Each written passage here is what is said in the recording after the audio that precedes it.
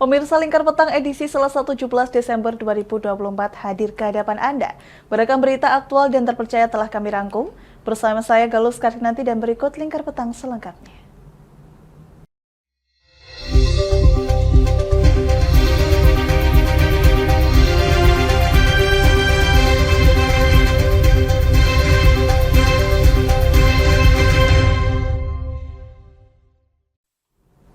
Pemirsa, Polrestabes Surabaya bersama kantor wilayah Direktorat Jenderal Bea dan Cukai Jawa Timur 1 menyita 145 koli berisi rokok ilegal tanpa dilekati pita cukai asal Pulau Madura, dan rencananya rokok ilegal ini hendak dikirim ke Banyuwangi, Jawa Timur.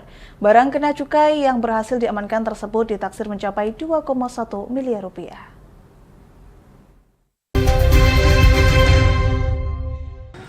Polrestabes Surabaya bersama kantor wilayah Direktorat Jenderal Bea dan Cukai Jawa Timur 1 menggagalkan peredaran rokok ilegal sebanyak 145 koli. Diungkapkan Senin 16 Desember, Kepala Polrestabes, Kapolrestabes Surabaya, Komisaris Besar Polisi, Kombes Pol Lutfi Setiawan mengungkap, rokok tanpa dilekati pita cukai itu berasal dari Pulau Madura, yang rencananya dikirim ke Banyuwangi, Jawa Timur, menggunakan sebuah kendaraan truk box. Truk box dihentikan oleh aparat saat melintas di wilayah Kepolisian Sektor atau Polsek Simokerto, Surabaya. Kerugian negara akibat peredaran rokok ilegal yang berhasil diamankan ditaksir mencapai 2,1 miliar rupiah. Tindak lanjutnya dari Kanwil Bea Cukai 1 Jatim ini sedang memproses untuk penindakan lebih lanjut. Sementara itu, polisi telah mengamankan seorang sopir truk box yang kini dilimpahkan ke kantor wilayah Direktorat Jenderal Bea dan Cukai Jawa Timur 1 guna pengembangan penyelidikan.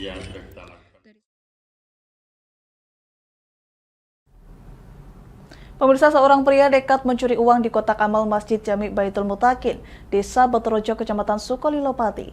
Aksi pencuriannya pun terekam jelas oleh kamera CCTV saat pelaku menggunakan tang besar untuk mencongkel gembok kotak amal.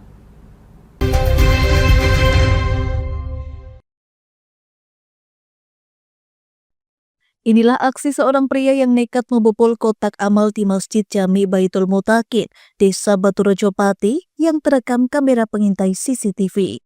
Dalam rekaman, pelaku terlebih dahulu memastikan masjid dalam kondisi sepi, kemudian melihat isi dalam kotak amal dengan menggunakan senter. Selang beberapa menit, pelaku beranjak ke parkir motor dan kembali lagi dengan memakai helm dan membawa tang besar untuk mencongkel gembok kotak amal. Setelah berhasil, pelaku kembali ke parkiran untuk membawa kantong plastik dan mengambil uang yang ada di dalam kotak amal. Takmir Masjid Jami Baitul Mutakin, Nur Rohmat Habib menuturkan, kejadian tersebut terjadi pada Senin malam pukul 3:23 waktu Indonesia Barat setelah adanya laporan dari marbot kepada takmir masjid. Saat pelaku melakukan aksinya, belum ada jemaah yang berada di masjid. Pada waktu itu masjid sepi, belum ada jamaah yang ke masjid, dan dari situ dia kembali ke halaman masjid mengambil tang besar, ya. Kemudian masuk lagi ke masjid, membawa tang besar, mengambil di kotak amal, dan kemudian merusak gembok yang ada pada kotak amal besar tersebut. Kotak besar amal tersebut itu memang selalu berada di depan, di dalam masjid yang bagian depan. Standby di situ memang jarang dibuka uang yang ada di dalamnya, kadang 1 tahun sekali. Yang jelas lama untuk membuka kotak amal tersebut. Nah, pada waktu itu dibukalah kotak amal itu dengan dirusaknya gembok tadi itu, ya, kuncinya, kemudian diambil. Hari ini memang sudah saya share ke grup-grup ngaji saya, Jamaah Ngaji Fathul Mu'in, dan mungkin di Facebook juga sudah saya share dengan tujuan bukan saya untuk mengumbar aib seseorang, tidak, tapi agar orang tersebut dikenali dan diwaspadai oleh masyarakat sekitar, bahwasanya hal tersebut perlu diwaspadai keberadaan orang sehingga mengantisipasi tempat masing-masing agar tidak terjadi kejadian yang sama gitu, ya. Pihak masjid memilih untuk tidak membawa kasus ini karena hukum. Mereka lebih memilih untuk memberikan hukuman sosial kepada pelaku dengan cara menyebarkan foto ke masyarakat. Dari Pati Mutia Parasti, Lingkar TV melaporkan.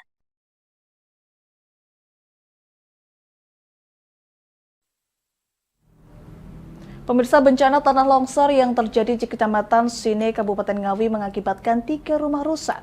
Meski tidak ada korban jiwa, petugas gabungan dibantu warga setempat masih berusaha membersihkan rumah dari material longsor.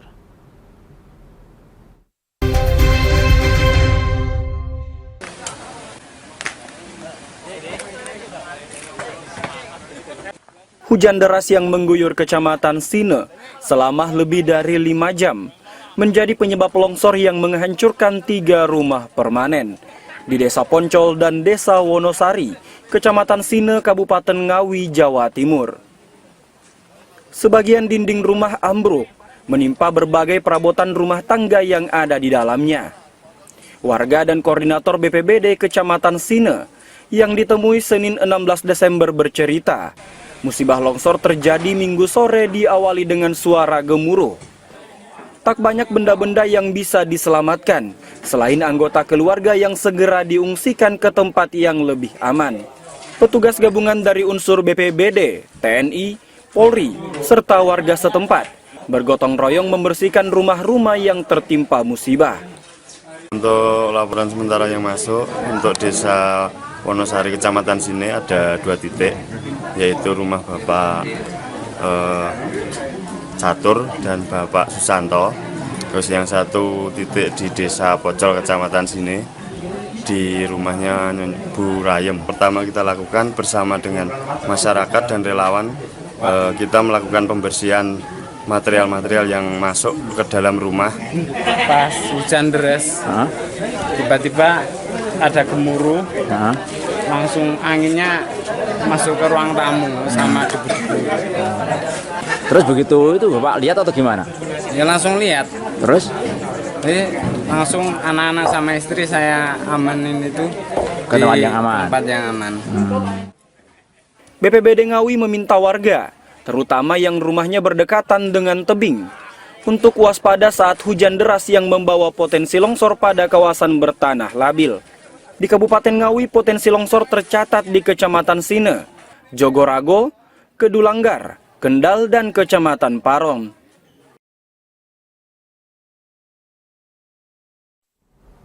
Di tengah melonjaknya kasus demam berdarah denggi atau DBD, anggaran untuk melakukan fogging di Dinas Kesehatan Kabupaten Kendal dikabarkan habis. Isu tersebut dibantah oleh Kepala Dinas Kesehatan Kendal dan menegaskan jika anggaran fogging masih ada.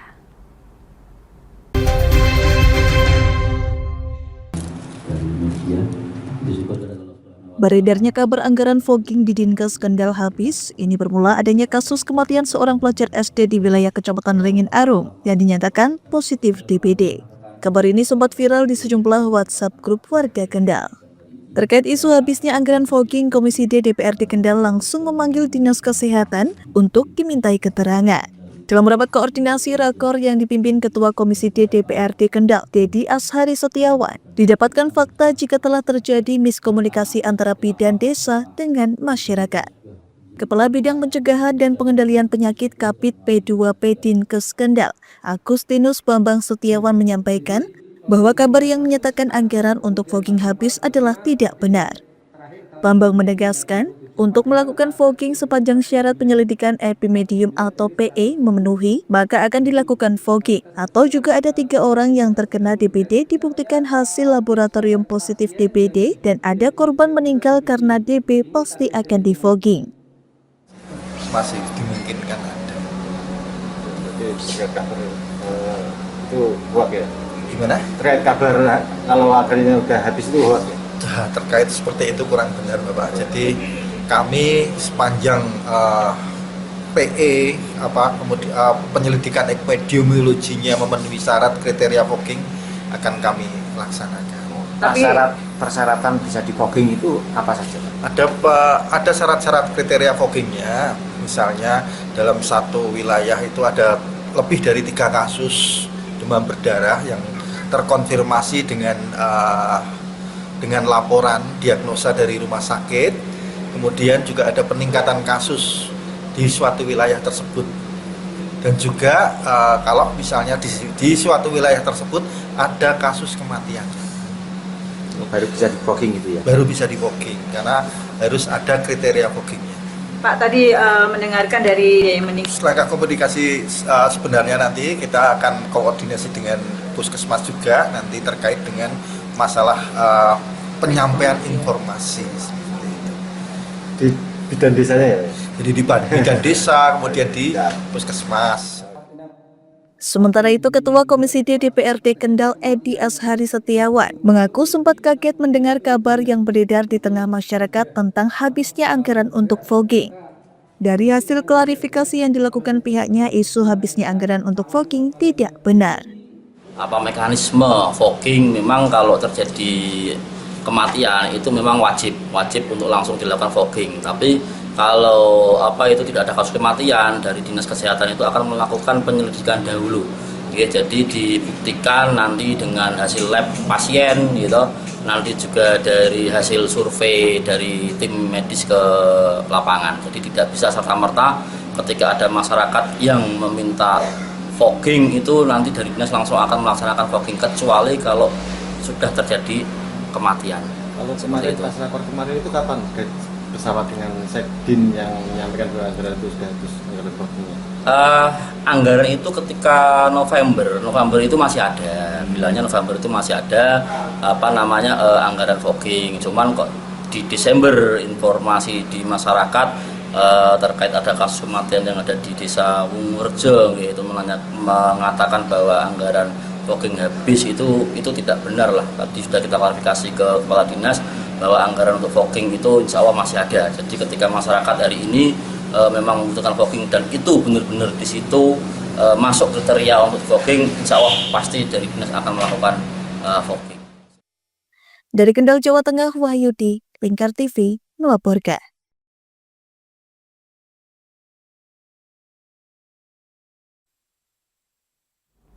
Pemirsa, pemerintah Kabupaten Kendal melalui Dinas Lingkungan Hidup dan Dinas Pekerjaan Umum dan Penataan Ruang berupaya mengantisipasi potensi banjir akibat luapan sungai yang kerap terjadi di wilayah tertentu. Beberapa langkah pun dilakukan seperti pembersihan sungai.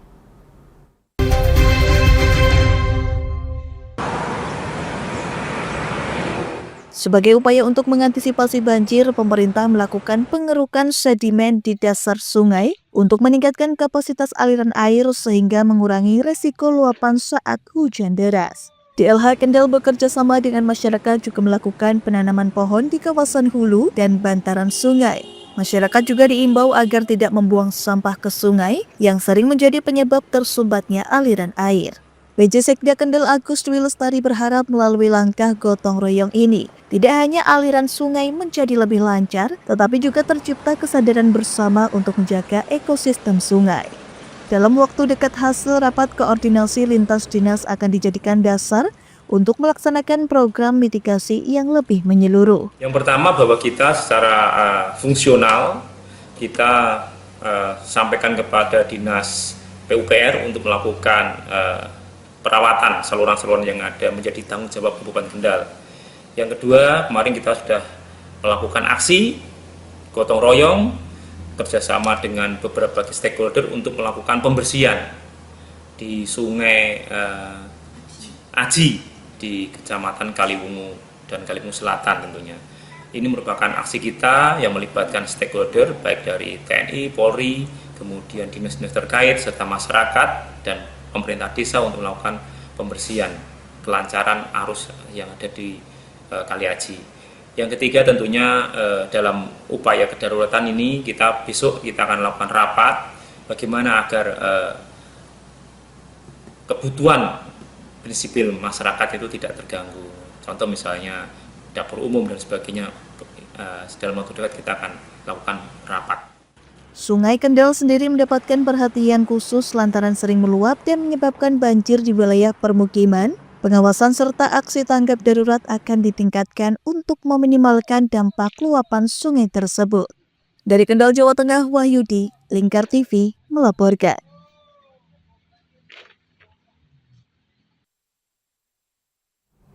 Pemirsa, kami masih akan kembali usai jeda berikut ini, tetaplah bersama kami.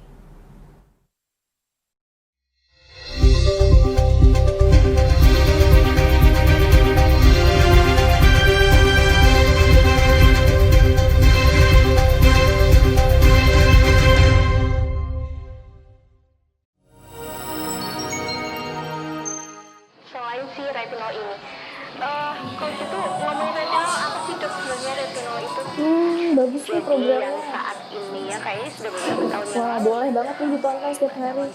Meanwhile,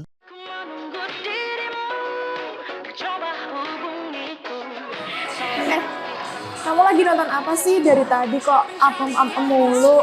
Ini loh lagi nonton program Cantik Sehat di Lingkar TV. Bagus banget nih programnya. Nih. Oh, ada ya program kayak gitu? Ada loh di programnya di Lingkar TV. Kamu udah tahu kan Lingkar TV? Belum. Kan belum tahu Lingkar TV. Lingkar TV itu TV digital streaming online yang sudah mengantongi izin PSE dari Kominfo dan bisa diakses di HP kalian mestinya. Oh iya? Iya, bagus loh. Coba di-download sekarang. Bentar deh, aku tak coba download dulu. Iya. Selain program Cantik Sehat, kalian juga bisa menonton program lainnya di Lingkar TV dan bisa ditonton kapanpun dan dimanapun kalian berada loh. Gimana, udah bisa? Udah nih, punyaku udah bisa. Punyaku juga udah nih. Wah ya, bagus dong kalau udah download semuanya. Tunggu apa lagi? Sekarang giliran kamu download aplikasi Lingkar TV di Play Store.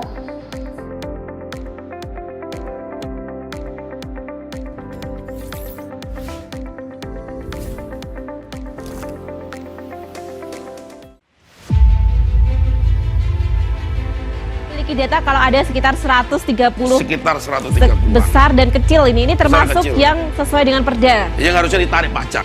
Membedah opini narasumber, menggali lebih dalam untuk mendapatkan perspektif baru yang lebih faktual. Seperti itu, jadi anak seumur itu kan memang sedang mencari jati diri. Database-nya sudah kerekod bahwa dia itu pernah berhadapan dengan hukum.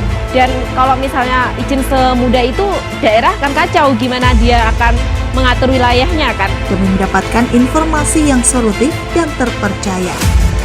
Dalam Bedah Opini.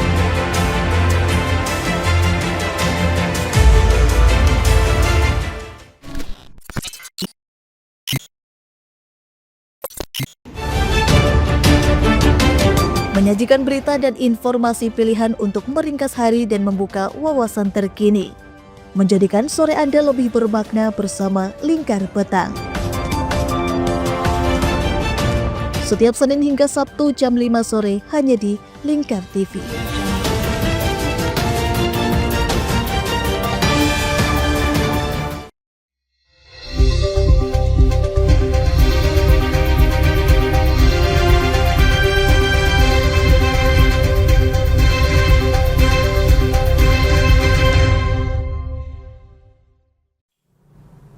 Pemirsa, Presiden Prabowo Subianto melakukan kunjungan kerja ke Mesir untuk bertemu dengan Presiden Abdel Fattah dan menghadiri konferensi tingkat tinggi KTT D8.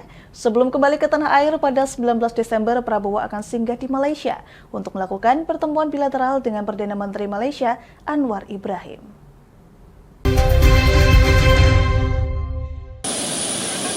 Presiden Prabowo Subianto melakukan lawatan ke Kairo, Mesir pada Selasa 17 Desember hingga Kamis 19 Desember 2024. Pada 18 Desember besok, Presiden Prabowo diagendakan diterima oleh Presiden Mesir Abdel Fattah el-Sisi di Istana Kepresidenan Mesir. Lalu pada 19 Desember, Presiden Prabowo menghadiri konferensi tingkat tinggi D8. Dalam konferensi pers di Base Ops, Lanut Halim Perdana Kusuma, Jakarta, Selasa 17 Desember, Prabowo mengatakan agenda D8 merupakan agenda penting yang menjadi forum diskusi dan kerjasama ekonomi 8 negara berkembang yang beranggotakan Indonesia, Mesir, Bangladesh, Iran, Malaysia, Nigeria, Pakistan, dan Turki. Ini adalah lawatan perdana Presiden Republik Indonesia ke Mesir sejak tahun 2013 lalu. Kunjungan ini akan menjadi kunjungan kenegaraan Presiden RI ke Mesir pertama sejak tahun 2013. Berarti 11 tahun. Mesir adalah sahabat dekat kita, mitra strategis bagi Indonesia, dan negara penting di Timur Tengah. Saya akan melakukan pertemuan bilateral dengan Presiden Mesir Abdel Fattah el-Sisi. Selanjutnya saya akan menghadiri KTT D8. Presiden Prabowo berharap KTT D8 dapat meningkatkan posisi negara-negara berkembang dalam ekonomi dunia, mendiversifikasi dan menciptakan peluang baru dalam hubungan perdagangan, kemudian meningkatkan partisipasi dalam pengambilan keputusan di tingkat internasional, serta menyediakan standar hidup yang lebih baik. Usai KTT D8, Presiden Prabowo Subianto dan rombongan terbatas dijadwalkan melakukan pertemuan tidak resmi dengan beberapa tokoh ekonomi dan tokoh industri di Mesir. Setelah dari Mesir, Presiden Prabowo akan singgah terlebih dahulu di Malaysia dan melakukan pertemuan bilateral dengan Perdana Menteri Malaysia Anwar Ibrahim sebelum akhirnya kembali ke tanah air.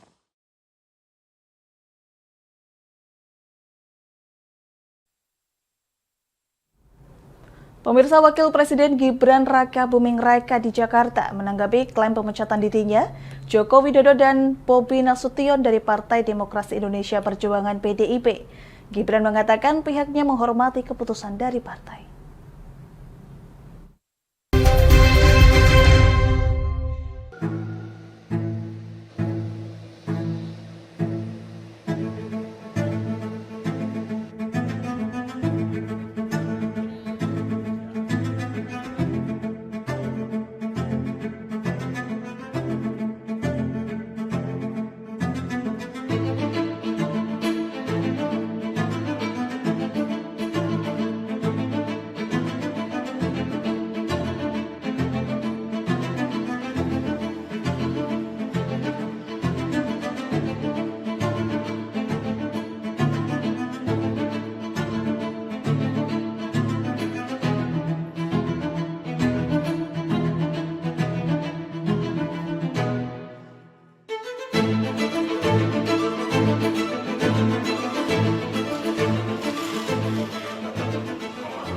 Mas Gibran dipecat dari PDIP, Mas. Ini bagaimana tanggapannya, Mas? Ya, kami menghargai dan menghormati keputusan partai. Untuk saat ini saya pribadi akan lebih fokus untuk membantu Bapak Presiden Prabowo. Ya, tapi nanti akan bergabung ke partai lain nggak, Mas? Ada rencana untuk gabung ke partai lain nggak, Mas, untuk saat ini? Tunggu saja. Kan Golkar terbuka nih, Mas, untuk menerima Mas Gibran dan Pak Jokowi juga. Tunggu saja. Kalau ada ajakan dari partai lain, Mas? Makasih ya, Mas. Pemirsa, Menteri Perdagangan Budi Santoso memantau harga dan pasokan bahan pokok menjelang libur Natal 2024 dan Tahun Baru 2025 di Pasar Sukaramai, Kota Medan, Sumatera Utara. Dalam kunjungannya, dirinya mengatakan pasokan bahan pokok yang berada di Kota Medan tergolong cukup dan harga sangat terkendali.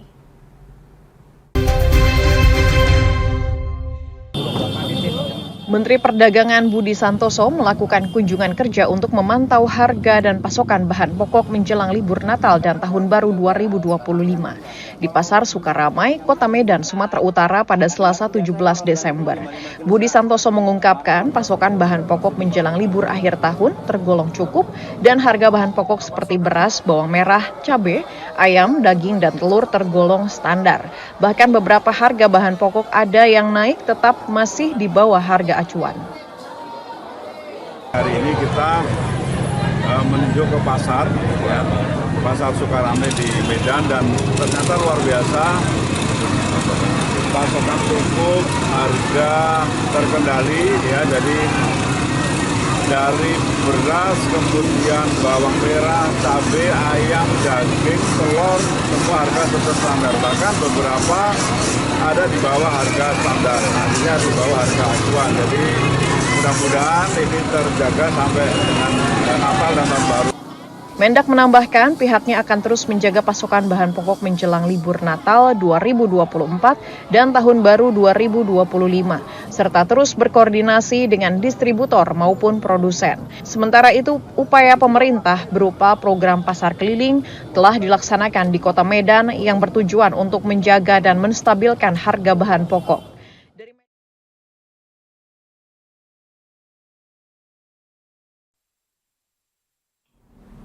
Pemirsa, pemerintah Indonesia memprediksi 8,2 juta masyarakat akan mendominasi penggunaan moda transportasi udara dalam melakukan perjalanan selama perayaan libur Natal dan Tahun Baru.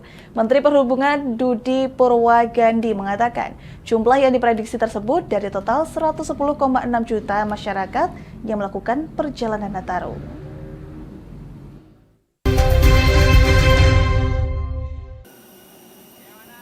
Pemerintah memprediksi 8,2 juta masyarakat Indonesia akan mendominasi penggunaan transportasi udara dalam melakukan perjalanan selama perayaan libur Natal dan Tahun Baru.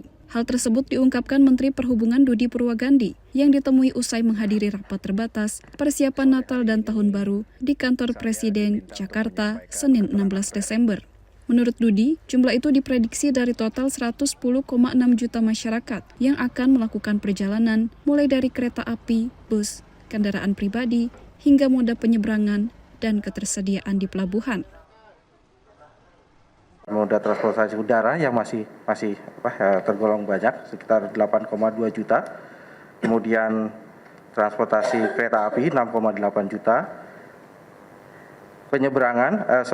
Terminal atau ke darat itu 2,5 juta, penyeberangan 1,6 juta, dan pelabuhan 1,3 juta.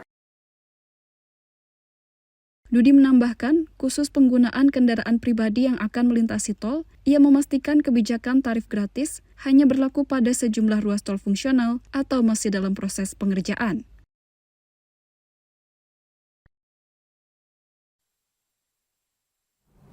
Pemirsa, kami masih akan kembali usai jeda berikut ini, tetaplah bersama kami.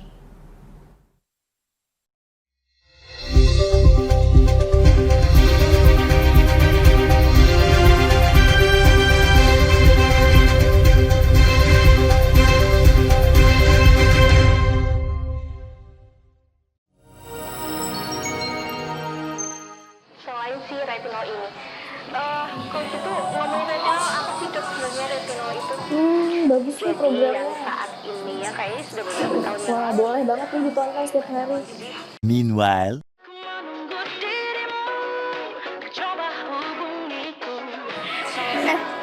Kamu lagi nonton apa sih dari tadi kok apem-apem mulu? Ini loh lagi nonton program Cantik Sehat di Lingkar TV. Bagus banget nih programnya. Oh, ada ya program kayak gitu? Ada loh di programnya di Lingkar TV. Kamu udah tahu kan Lingkar TV? Belum. Kan belum tahu Lingkar TV. Lingkar TV itu TV digital streaming online yang sudah mengantongi izin PSE dari Kominfo dan bisa diakses di HP kalian mestinya. Oh iya? Iya, bagus loh. Coba di-download sekarang. Bentar deh, aku tak coba download dulu. Iya. Selain program Cantik Sehat, kalian juga bisa menonton program lainnya di Lingkar TV dan bisa ditonton kapanpun dan dimanapun kalian berada loh. Gimana, udah bisa? Udah nih, punyaku udah bisa. Punyaku juga udah nih. Wah ya, bagus dong kalau udah download semuanya.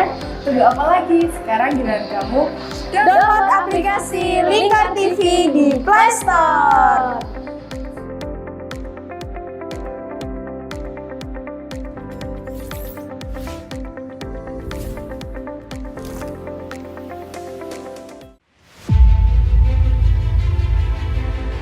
Data kalau ada sekitar 130 besar dan kecil ini termasuk yang sesuai dengan perda yang harusnya ditarik pajak.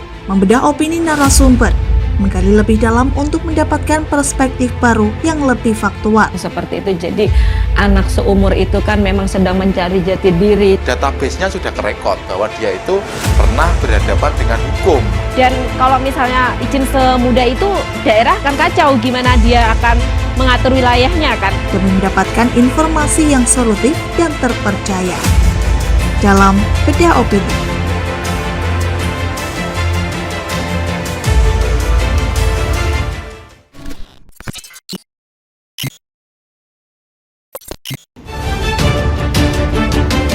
Menyajikan berita dan informasi pilihan untuk meringkas hari dan membuka wawasan terkini. Menjadikan sore Anda lebih bermakna bersama Lingkar Petang. Setiap Senin hingga Sabtu jam 5 sore hanya di Lingkar TV.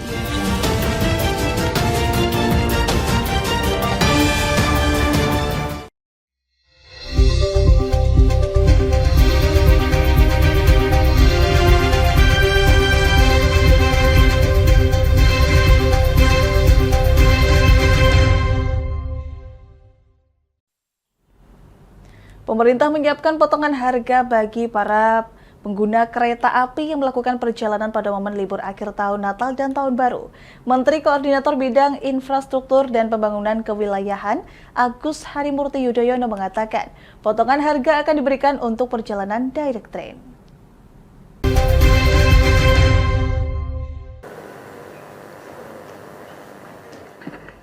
Pemerintah menyiapkan potongan harga atau diskon bagi para pengguna kereta api yang melakukan perjalanan pada momen libur Natal 2024 dan Tahun Baru 2025.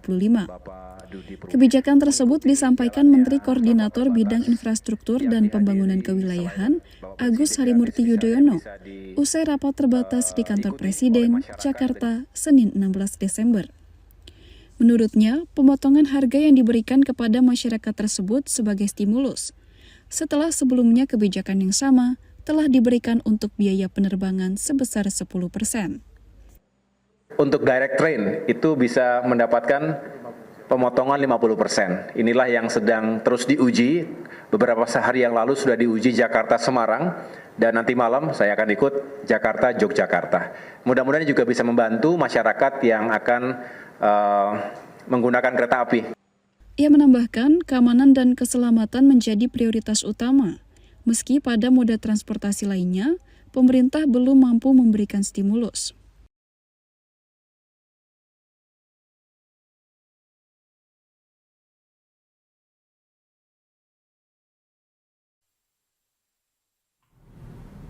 Pemirsa, menyambut momen libur Natal dan Tahun Baru 2024, KCIC melakukan berbagai langkah proaktif untuk memastikan keamanan dan keselamatan perjalanan kereta cepat WUS. Salah satunya dengan mengintensifkan pemeriksaan harian. Menyambut momen libur Natal dan Tahun Baru 2024, KCIC melakukan berbagai langkah proaktif untuk memastikan keamanan dan keselamatan perjalanan kereta cepat WUS. Sejumlah antisipasi dilakukan guna meminimalisasi potensi gangguan yang mungkin terjadi akibat berbagai faktor.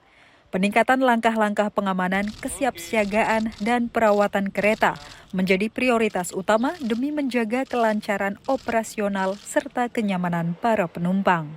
Supervisor Onboard Mechanics Kereta Cepat WUS, Denny Kurniawan, pada Senin 16 Desember di Bandung, menyebut pihaknya memberi perhatian lebih pada pemeriksaan harian untuk lebih diintensifkan dan diperketat demi terciptanya kesiapan optimal setiap hari. Jadi kita pastikan penumpang pada masa Nataru diharapkan semua sarana dan prasarana di KCIC ini siap untuk melayani para penumpang.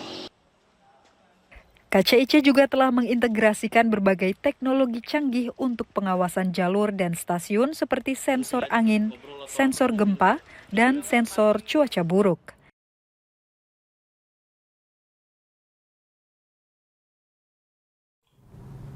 Pemirsa, General Manager PT Angkasa Pura Indonesia Bandara Internasional Sultan Hasanuddin, Minggus Gandeguai, mengatakan pihaknya memprediksi puncak arus mudik terjadi pada 22 hingga 23 Desember 2024 dengan jumlah penumpang mencapai 37.000 orang.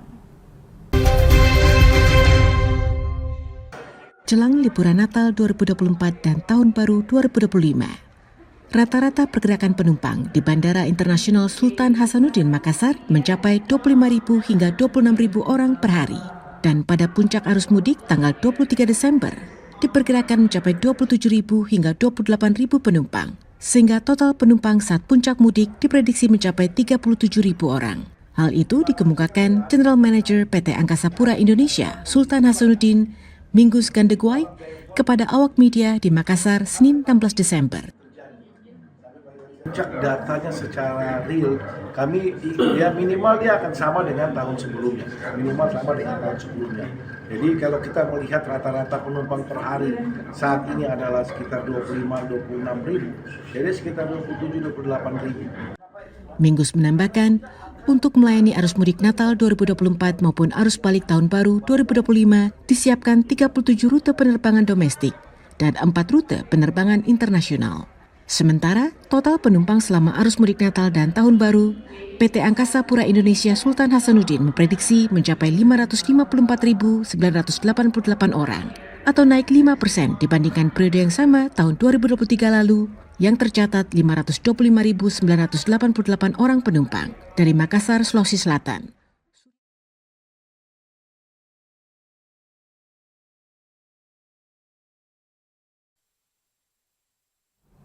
Pemirsa, kami masih akan kembali usai jeda berikut ini, tetaplah bersama kami.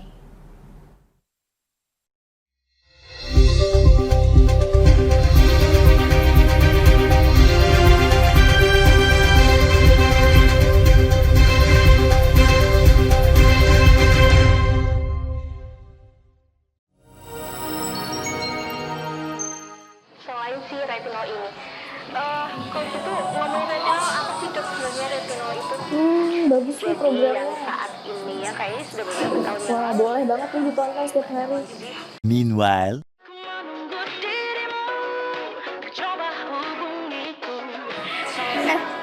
Kamu lagi nonton apa sih dari tadi kok apem-apem mulu? Ini loh lagi nonton program Cantik Sehat di Lingkar TV. Bagus banget nih programnya. Oh ada ya program kayak gitu? Ada loh di programnya di Lingkar TV. Kau udah tahu kan Lingkar TV? Belum. Kan belum tahu Lingkar TV. Lingkar TV itu TV digital streaming online yang sudah mengantongi izin PSE dari Kominfo dan bisa diakses di HP kalian mestinya. Oh iya? Iya, bagus loh. Coba di-download sekarang. Bentar deh, aku tak coba download dulu. Iya. Selain program Cantik Sehat, kalian juga bisa menonton program lainnya di Lingkar TV dan bisa ditonton kapanpun dan dimanapun kalian berada loh. Gimana, udah bisa? Udah nih, punyaku udah bisa. Punyaku juga udah nih. Wah ya, bagus dong kalau udah download semuanya. Tunggu apa lagi? Sekarang giliran kamu download aplikasi Lingkar TV di Play Store.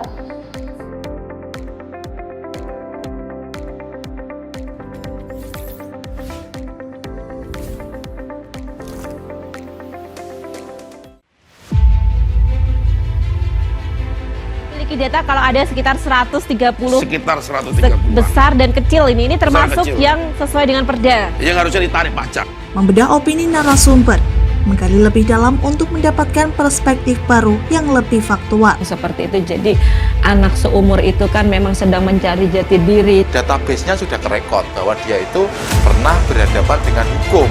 Dan kalau misalnya izin semudah itu, daerah akan kacau gimana dia akan mengatur wilayahnya kan. Demi mendapatkan informasi yang solutif dan terpercaya. Dalam Bedah Opini.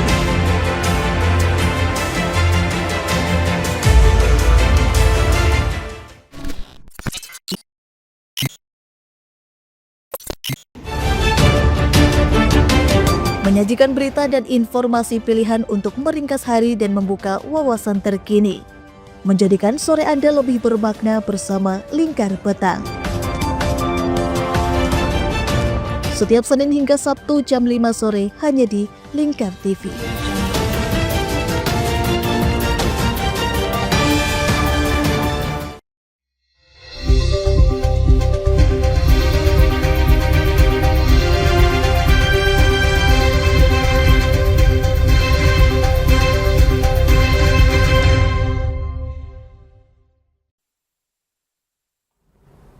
Pemirsa, dalam rangka mengawal kebijakan pemerintah agar berjalan ideal, Airmall Jawa Tengah menggelar Front Table FGD series kelima dengan menghadirkan narasumber yang ahli di bidangnya.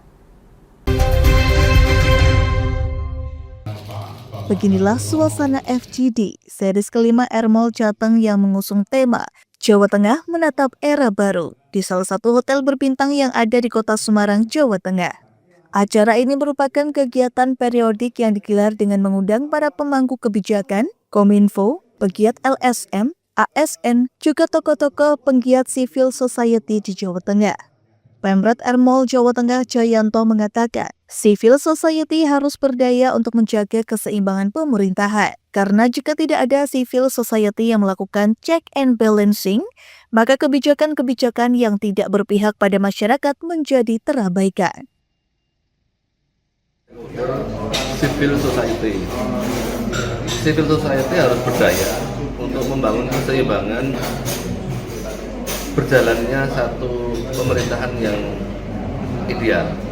Karena kalau tidak ada civil society yang mampu memberikan check and balancing, itu kebijakan-kebijakan yang tidak berpihak pada masyarakat, wong cilik itu menjadi terabaikan.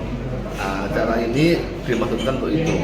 Karenanya tadi kita juga melakukan MOU dengan KP2KKN dalam rangka penguatan terhadap bagaimana terwujudnya clean government. Kemudian membangun MOU dengan Polda supaya jejaring kita dengan aparat penegak hukum itu juga terjadi secara cukup positif dan baik. Harapannya ini menjadi satu ruang untuk kita membangun satu sinergi, kolaborasi, dan katarsis atas kecenderungan yang kadang perlu memang kita rehat membangun komunikasi alternatif semacam ini.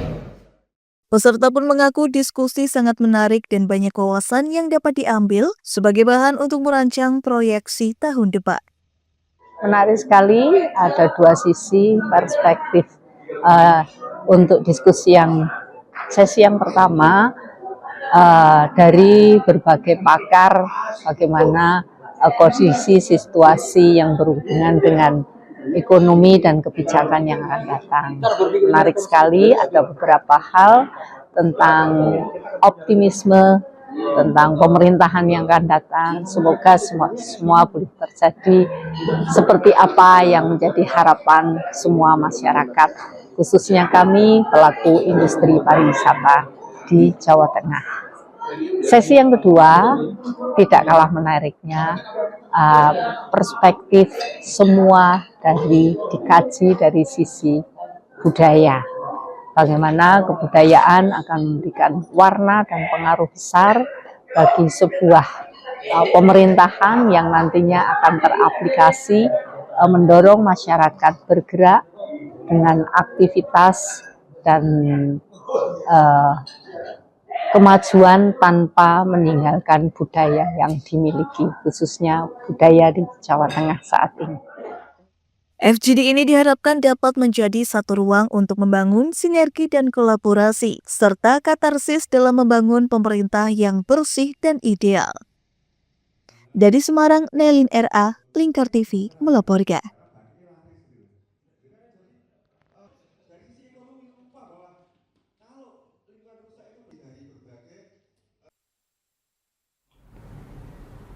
Pemirsa, dalam FGD yang bertajuk Jawa Tengah Menatap Era Baru, evaluasi tahun 2024 dan proyeksi tahun 2025 di Semarang, pada 16 Desember 2024, Ketua JMSI Jawa Tengah Agus Sunarko mendorong penerapan sila keempat Pancasila dalam sistem pemilu di Indonesia. Saya adalah mantan pendampingnya. Dengan adanya anggapan bahwa implementasi demokrasi di Indonesia saat ini sangat mahal, termasuk pilkada yang baru saja dilalui. Pria yang akrab disapa Aksun ini pun menyatakan keprihatinannya. Menurutnya, jika penerapan sila keempat diimplementasikan secara penuh, tentu hal itu tak akan terjadi. Dengan adanya anggapan yang menyatakan bahwa demokratisasi saat ini di Indonesia adalah sangat mahal. Biaya politik di Indonesia hari ini adalah sangat mahal, termasuk pilkada yang barusan saja kita lalui, kita lewati. Ini ada yang beranggapan bahwa pilkada saat ini adalah pilkada yang sangat mahal. Tentunya hal ini membuat saya prihatin.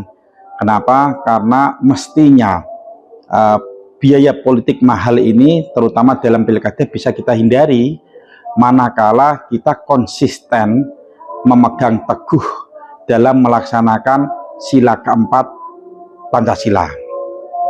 Kalau saat ini kita merasa biaya politik kita mahal karena satu, itu dilaksanakan secara voting, demokrasi langsung kita dilaksanakan secara voting. Dampak dari voting ini menyebabkan bahwa masyarakat yang punya hak pilih harus melakukan pemilihan pemimpinnya secara langsung. Bagi warga masyarakat yang telah memiliki pekerjaan dalam birokrasi, dalam perusahaan yang sudah mapan, tentunya ketika mereka meluangkan 1 hari untuk memilih, itu tidak memerlukan biaya karena gajinya mereka nggak akan terancam, nggak akan dikurangi. Tetapi bagi warga kita, masyarakat kita, pemilih yang pekerjaannya itu pekerjaan, mohon maaf, pekerjaan yang masih kalau dia nggak kerja nggak digaji, kalau dia nggak kerja nggak dibayar, tentunya ini merupakan suatu kerugian secara ekonomi bagi masyarakat kita ketika mereka datang memilih tidak mendapatkan suatu apresiasi atau kompensasi.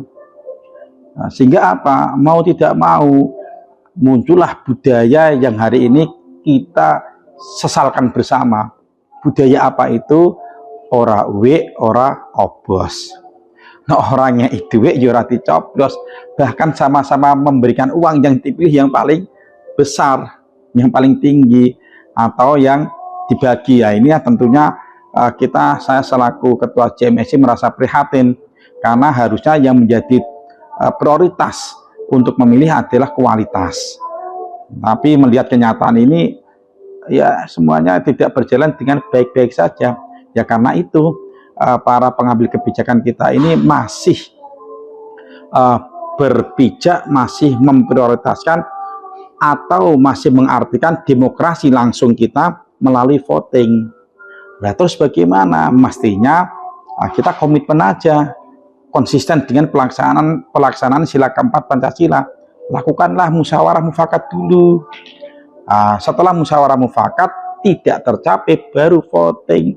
Itu pun orang-orang yang kita anggap punya kebijaksanaan lebih yang melakukan voting itu, sehingga mereka tidak akan mempan ketika diberikan iming-iming yang bersifat yang tidak bersifat kualitas atau iming-iming uang. Sementara masyarakat kita cukup diayomi, masyarakat kita diedukasi, masyarakat kita cukup diayomi. Ketika mereka sakit bisa berobat, ketika mereka menyekolahkan anak tidak perlu mencari pinjaman hutangan, dan ketika mereka mau makan, ekonomi mereka sudah tercukupi. Nah itu, oleh sebab itu saya sangat mendorong adanya pelaksanaan sila keempat secara utuh dan totalitas, mufakat, musyawarah mufakat dulu, baru kalau tidak tercapai melakukan voting. Dan yang voting itu adalah orang-orang yang kita anggap bijaksana atau orang-orang yang memiliki kewenangan ahli di bidangnya. Aksun meyakini jika sila keempat Pancasila benar-benar diterapkan, maka akan mengurangi praktik-praktik korupsi yang terjadi dalam pemerintahan diakibatkan tingginya biaya politik. Ia juga berharap penerapan Pancasila dalam sendi-sendi kehidupan benar-benar dijalankan secara utuh. Dari Semarang, Nailin RA, Lingkar TV melaporkan.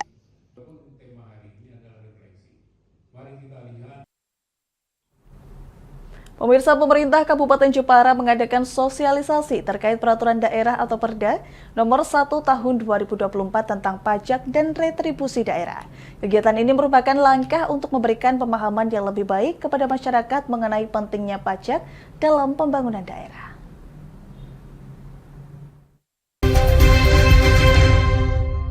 Penggunaan itu kan kita sampai susah kalau misalkan. Sekretaris Daerah Sekda Kabupaten Jepara Edi Sucatmiko mengungkapkan, jika Perda nomor 1 tahun 2024 muncul karena adanya Undang-Undang Cipta Kerja dan Omnibus Law. Pejabat daerah diminta untuk menjadikan seluruh peraturan daerah tentang pajak dan retribusi daerah menjadi satu perda. Hal tersebut sudah dilaksanakan sejak tahun 2023 dan pada awal tahun 2024 telah terbit Perda nomor 1 tahun 2024. Dengan terbitnya Perda tentang pajak daerah dan retribusi diharapkan mampu memperkokoh ketahanan daerah dalam rangka pendapatan asli daerah atau PAD. PAD Jepara tahun 2024 sendiri tercatat sekitar 464 miliar rupiah dan menjadi penunjang kemandirian pemerintah daerah. Edi mengajak seluruh masyarakat wajib pajak untuk meningkatkan PAD dengan menerapkan asas keadilan sehingga pajak ini adil bagi masyarakat dan pemerintah. Ya, PAD inilah untuk menunjang kemandirian daripada pemerintah. Kita tahu persis misalkan di kota-kota yang lain PAD-nya sudah mencapai 1 triliun lebih. kita belum ada separuh. Untuk itu maka kami harapkan dengan perda ini, maka kepada seluruh wajib pajak yang ada di masyarakat Jepara ini, ayo kita bersama-sama untuk kita tingkatkan PAD dengan menerapkan asas keadilan. Sehingga pajak daerah ini harapannya adil untuk bagi pemerintah dan juga adil bagi masyarakat. Sehingga perda ini dalam tidak memperberat daripada masyarakat untuk membayar pajak. Salah satunya tadi ada mungkin keluhan, diskusi didiskusikan bersama dengan teman-teman dari PPAT yang tadi menyampaikan ini pelayanan kok lama gitu. Maka kita diskusikan dengan gathering hari ini, sosialisasi mungkin nanti kita bisa kembangkan di tahun depan, mungkin gathering mungkin bisa setahun 2 kali dalam rangka untuk tadi suara-suara dari masyarakat kita akomodir. Nanti kan ada yang mengatakan, Pak, penentuan di BACP tahun lama Pak, tidak hanya sebulan sehingga PPAT kami tidak bisa produktivitasnya bagus lah. Itu kita tahu. Sehingga nanti kita untuk BACP harapan kami adil bagi yaitu wajib pajak, tapi buat Pemda juga mendapatkan pendapatan yang sesuai. Dari Jepara, Muhammad Aminuddin, Lingkar TV melaporkan.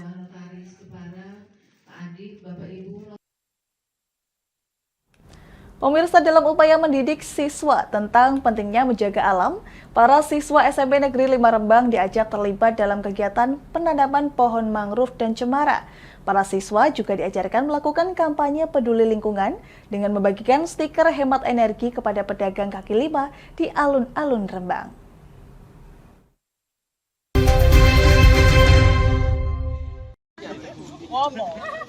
Dalam semangat kebersamaan, para siswa SMP Negeri 5 Rembang melaksanakan aksi jalan kaki dengan membawa sejumlah poster bertuliskan pesan penting seperti hemat air, hemat listrik, dan kelola sampah dengan baik. Kegiatan ini diambil untuk menyebarkan kesadaran akan pentingnya penggunaan sumber daya yang baik. Tidak berhenti di situ, mereka juga memberikan stiker kepada pedagang kaki lima sebagai ajakan untuk turut berperan aktif dalam menjaga kebersihan lingkungan. Menik Mustikatun, Kepala Sekolah di SMP Negeri 5 Rembang menjelaskan, kegiatan ini bertujuan untuk menumbuhkan rasa peduli siswa terhadap lingkungan. Dengan menanam pohon mangrove dan cemara laut, mereka akan memahami betapa pentingnya menjaga ekosistem laut dan pencegahan abrasi. Pihaknya menyebut selain aksi penanaman pohon di pantai, kampanye dengan berjalan kaki juga merupakan bagian dari dukungan terhadap penghematan energi.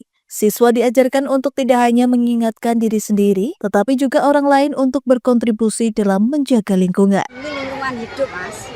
Jadi ada 2 kegiatan hari ini, aksi tanam pohon, mangrove dan cemara laut, juga untuk kerja bakti kebersihan di Taman Baloan miliknya Kabingan Laut.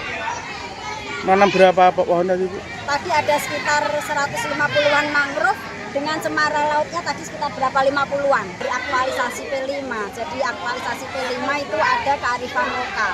Kebetulan SMP 5 itu kan tepi pantai.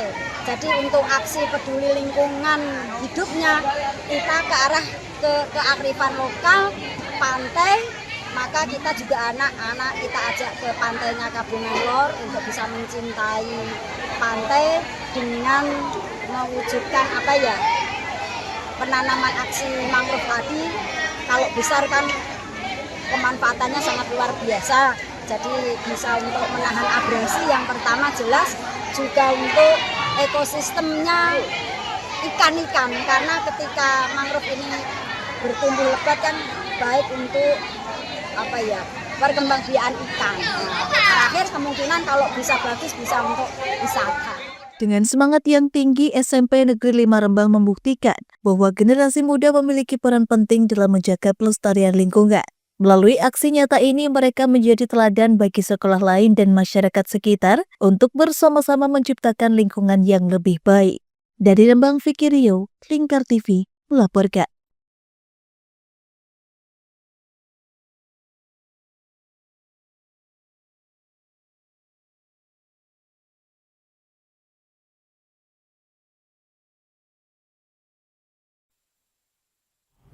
Pemirsa, demikian Lingkar Petang, dan Jateng hari ini akan hadir pukul 9 malam waktu Indonesia Barat. Saya Galuh Skarkinanti bersama kerabat kerja yang bertugas pamit dari hadapan Anda. Selamat sore dan sampai jumpa.